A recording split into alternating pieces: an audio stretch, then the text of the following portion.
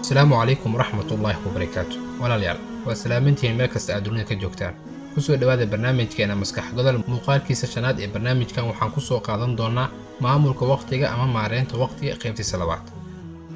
qaybta koowaad ee maareynta waqtiga waxaan ku soo qaadanay haddii dib idin xasuusiyo waa maxay maareynta waqtiga faa'iidooyinka ay leedahay haddii uu qofka si fiican u maareeyo waqtigiisa caqabadaha ka hortaagan inuu qofka si fiican u maareeyo waqtigiisa sidoo kale quraanka iyo axaadiista rasuulka sallallahu alayhi wasallam muhiimad noocaha ayay siiyeen waqtiga qodobadaas ayaan ugu hadalnay haddii aad rabto inaad daawato qaybta koowaad ee maareynta waqtiga waxaan dhigi doonaa description-ka ama qaybta commentiga insha Allah kusoo dhawaada qaybta labaad ee maareynta waqtiga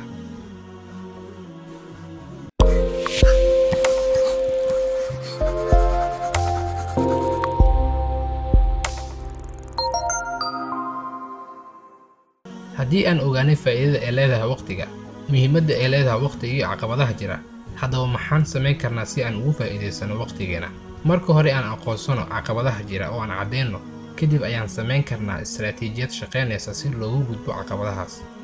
samee hadaf istaraatiijiyadda ugu horeysa uguna muhiimsan ee aad ku shaqayn karto si aad u maareyso waqtigaaga waa inaad dejisaa hadafyo iyo ujeedooyin cadcad oo aad adigu leedahay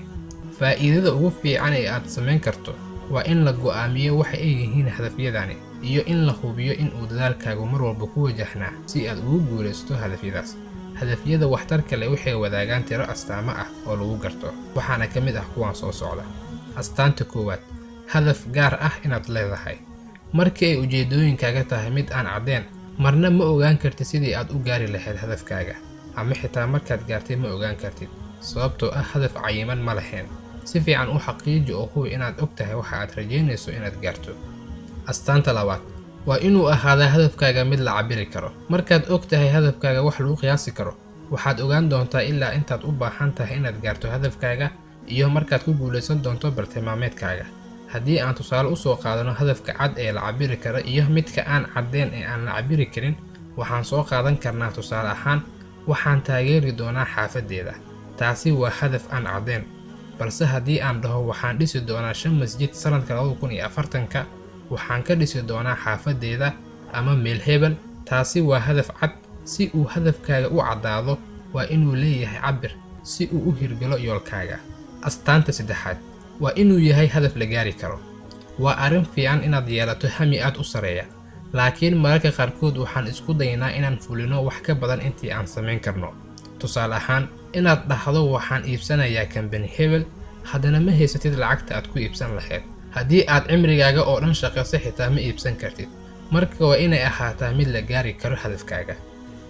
astaanta afraad hadaf waaqici ah miyaad dhisi kartaa barnaamij aad ku caawinayso qof kasta oo qaba dhibaatooyinka la xiriira aragga xaqiiqdii waa hadaf gooni ah laakiin waxaa laga yaabaa inaysan noqon mid waaqici ah waqtigan yacni aan suuragelayn balse waxay ila tahay in aad ka shaqeyso sidii loo sameyn lahaa barnaamij ardayda iskuulada loo sameynayo oo ah in tijaabo la marsiiyo araggooda lana siiyo oo kiyaale loogu talagalay carruurta dhibaatada ka qabta indhaha ama aragga astaanta shanaad hadafkaaga waa inuu waqti leeyahay hadafyada inta badan waxay noqon karaan kuwo waqti dhow ah tusaale inaad gaari gadato oo kale waqti yar ayay kugu qaadan kartaa sanad ama 2 sano balse hadafyada waqtiga dheer ee mustaqbalka inaad gaarto aad rabto waxay u baahan yihiin waqti xadidan si aad ugu guulaysato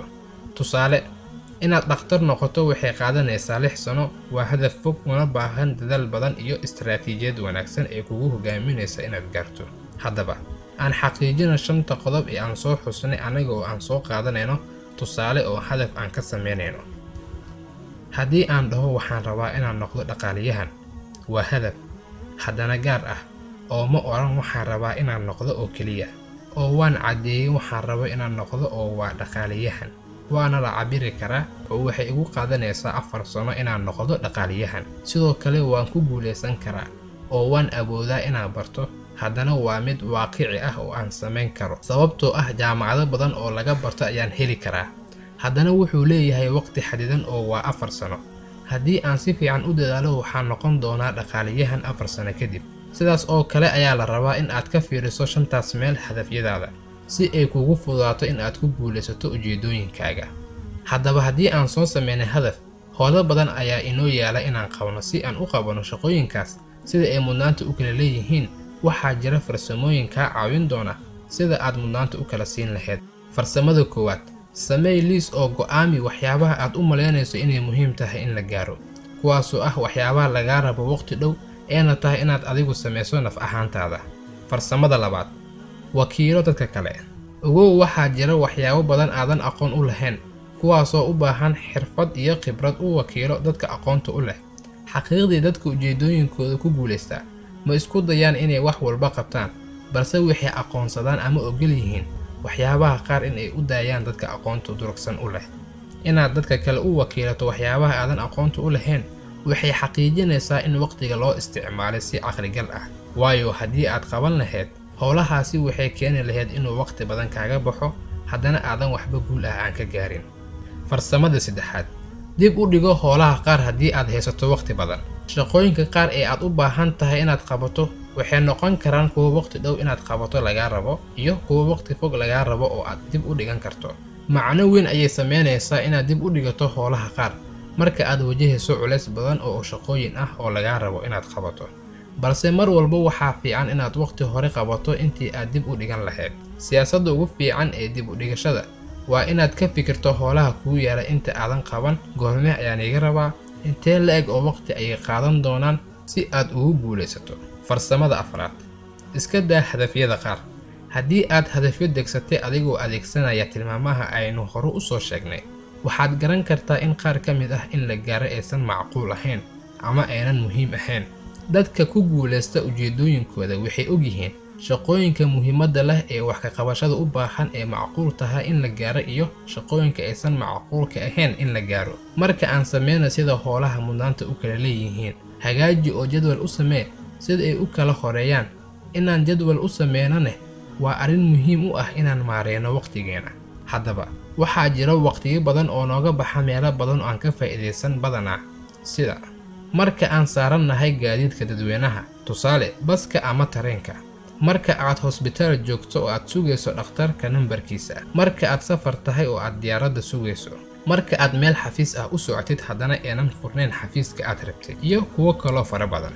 waqtiyadaas oo dhan waa qayb ka mid ah cimrigeena, waxaana wanaagsan in laga faa'iidaysto. adiga oo hore u qaadanaya buug ama moobilkaaga ayaa ka isticmaali kartaa, adiga oo ka akhrisan kara quraanka ama buugaag kale. waxaad noqon doontaa mid howlo badan ay u yaalaan marka aad rabto inaad xaqiijiso yidadiiladaada. arrintaasina waa mid aan shaki ku jirin, laakiin waxaa jirta hal istiraatiijiyad oo ay muhiim tahay in maskaxda lagu hayo mar walba. waa in diiradda la saaro howlaha hadda jira ama aad gacanta kula jirta si loo dhammaystiro. inaad xoogga saarto keliya howlaha aad gacanta kula jirto way adkaan doontaa marka aad maskaxda ku hayso inay kuu dhiman yihiin shaqo badan, balse waqtigaaga wuxuu fiicnaan doonaa marka aad ku bixiso in aad qabato hal shaqo haddii aad awooddo. in aad xoogga saarto hal shaqo waxaa laga yaabaa in aad walaac badan ka qabto howlaha kale ee kuu yaala, laakiin waxaad wax badan samayn doontaa marka aad diiradda saarto howsha aad qabanayso xilligan, yacni aad gacmaha kula jirto. ugu dambeyntii, u dabaaldeg guulaha aad ka gaartay hadafyadaada si aad u ilaaliso dheelitirnaanta caafimaadkaaga iyo noloshaada. naftaada abaalmari oo dareensii inay guul gaartay. haddii ay ahayd guusha aad gaartay mid aad la shaqaynaysay koox ama mid aad adiga qof u wakiilatay inuu kuu qabto, waa inaad ku abaalmarisaa dadaalka ay sameeyeen dadkii ku lug lahaa guushaasi inaad gaarto. inaad u dabaaldegto guulaha aad gaartay waxay qayb muhiim ka tahay inaad si wanaagsan u maareysay waqtigaaga. waxaan rajaynayaa in aan ka wada faa'iidaysano waqtigeena sida ugu wanaagsan, alla nagama dhigo kuwa ku khasaaray waqtigooda. haddii aad markii ugu horreysay soo booqatay janalkan, fadlan subscribe saar si aad u hesho barnaamijyo xiiso badan. si mar kasta ay kuu soo gaaraan barnaamij walba cusub aan soo gelino,